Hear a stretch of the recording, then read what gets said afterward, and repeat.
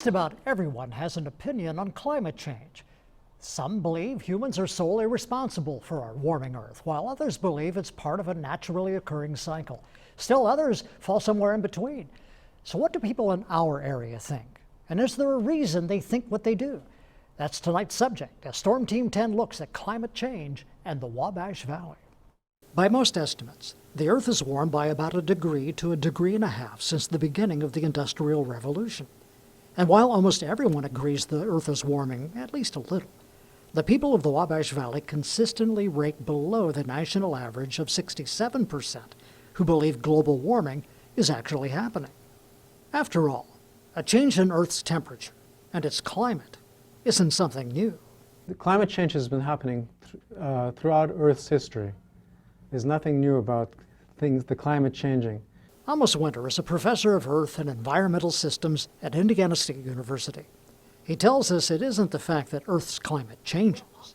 The recent climate change is different than all the others because of the rate of change is much greater than in the past. So the warming that's taking place now is much faster than any time in history that we know of. Much of this warming has been blamed on human activity, and in particular the use of fossil fuels like coal and oil. It's unlikely that it's a natural event. We have increased, nearly doubled our greenhouse gases and all other CO2, methane, and all the other greenhouse gases. It probably is induced by humans. The impact is a changing climate, which is made up of a series of short-term events we call weather. The weather patterns, the teleconnections are changing with time. And for instance, as it gets warmer, we're going to get, the weather that places south of us will be getting. If the Earth continues to warm due to the burning of fossil fuels, as many believe it will, not all locations on Earth will be equally affected. And the Wabash Valley may be among those areas where the impact of a rapidly warming Earth is not as extreme. I think of all the places in the United States, I think we're actually in the best position. Part of the reason is because soy and corn, agricultural products. So if we didn't have the intense farming here, we'd probably be worse off.